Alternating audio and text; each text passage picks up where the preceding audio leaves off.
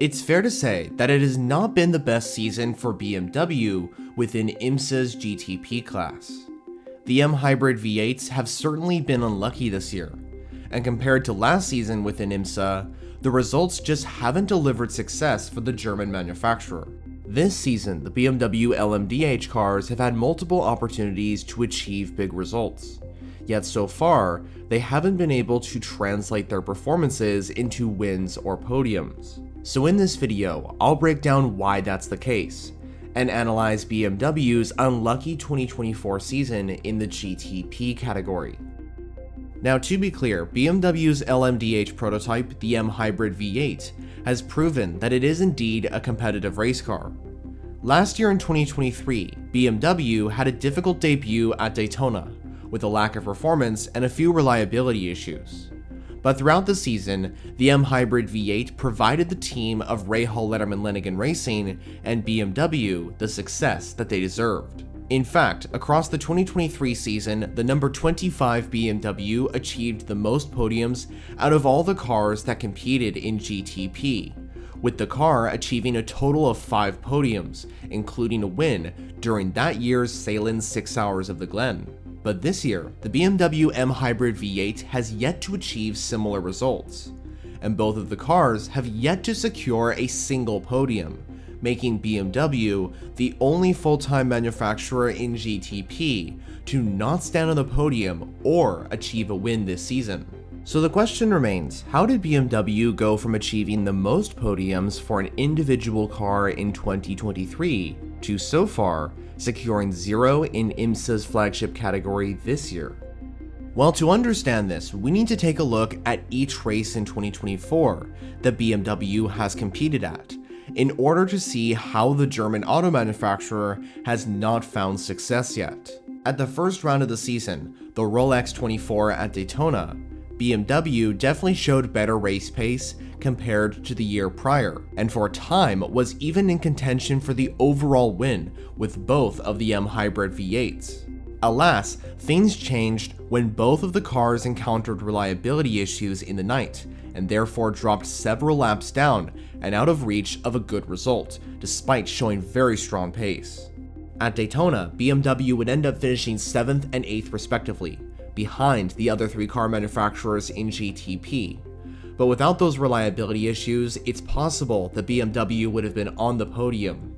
During round 2 of the 12 Hours of Sebring, BMW's LMDH prototypes definitely showed very strong pace and were especially competitive during the nighttime hours.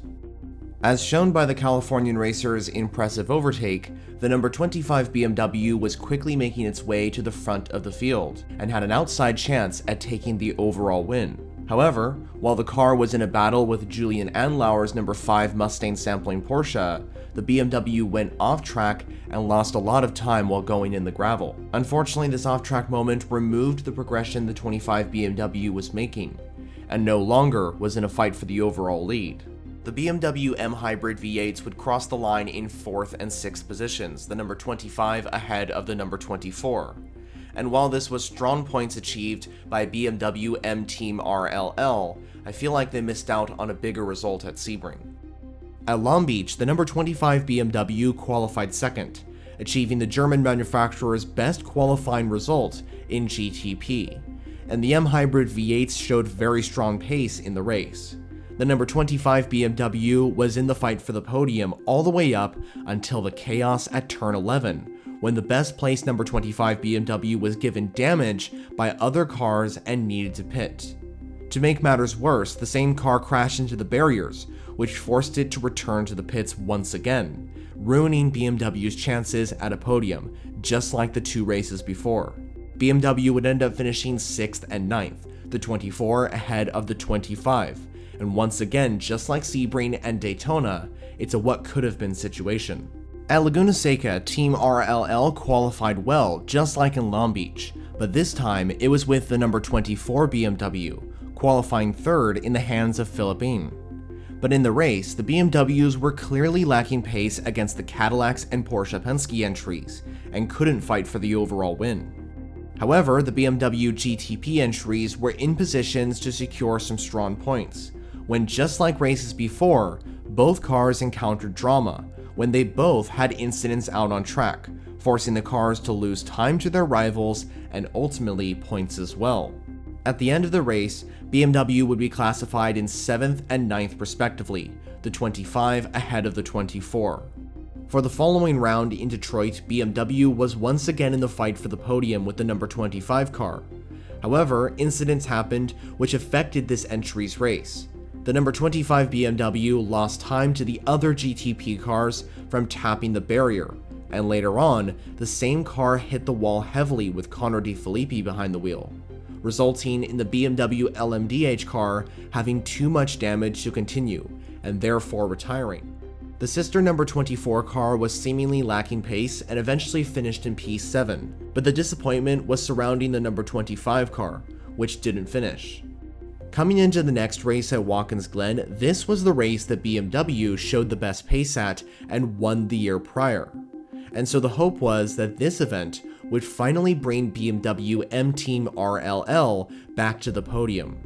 However, those expectations were put aside when the number 25 BMW crashed in practice, and the car had to effectively be rebuilt, forcing it to miss qualifying and start at the very back of the GTP field.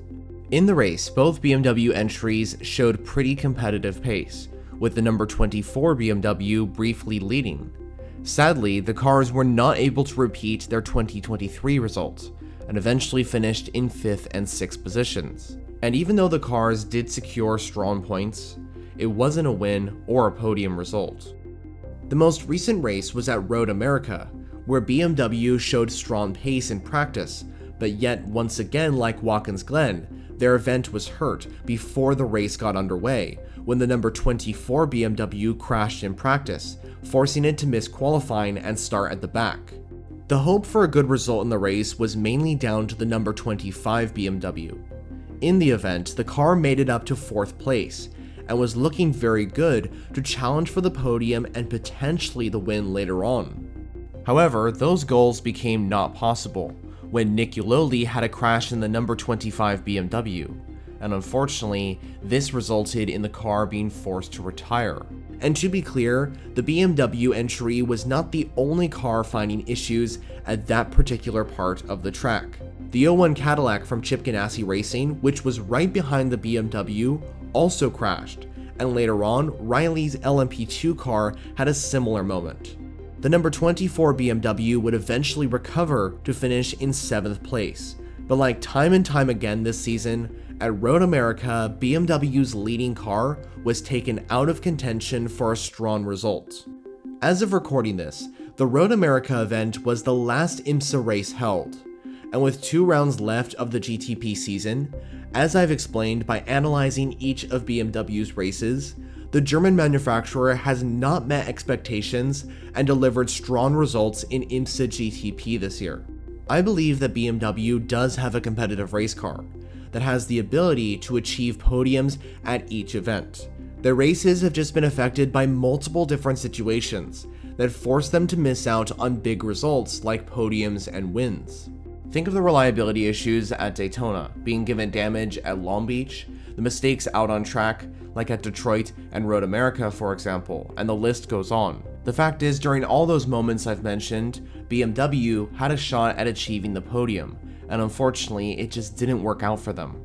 Now it's also worth pointing out that BMW has not just been unlucky in IMSA's GTP class, but also in the GTD classes. For example, at Laguna Seca in the GTD class, the Turner Motorsports BMW M4 GT3 was in a position to win this race after leading the majority of the event in the GTD category. That was of course until the BMW was pushed off the track from a faster GTP car, effectively handing the race lead and eventually the win to the number 57 Windward Racing Mercedes, which took a dominant and successful 3rd win of the season. And BMW's unlucky year in endurance racing has also been happening across other motor racing events. For example, at the 24 Hours of Le Mans this year, BMW's M Hybrid V8 entries from Belgian team WRT both encountered drama when the number 20 car crashed at the Ford chicane and was forced into the garage, and the best placed number 15 BMW was hit by the race-leading Ferrari 499P, and the car was taken out of the race through no fault of driver Dries Vanthoor. Another example of this was just before Le Mans at the 24 Hours of Nürburgring, when Rova Racing's number 99 BMW GT3 car was running a great race and was actually leading overall in the SP9 category, when the car was heartbreakingly taken out of the race when some slower cars made contact with the M4 GT3, forcing driver Sheldon van der Linde into the wall. Considering the race didn't last the whole length, if the number 99 BMW didn't crash, it's also possible that it would have gone on to win overall. The fact is, BMW has simply had an unlucky season, especially within IMSA GTP, which has been plagued by unforeseen circumstances that have dropped them behind their rivals of Cadillac, Porsche, and Acura in the GTP championship standings. As a longtime supporter of BMW and their M Hybrid V8 program, I really want to see them stand once again on the top step of the GTP podium.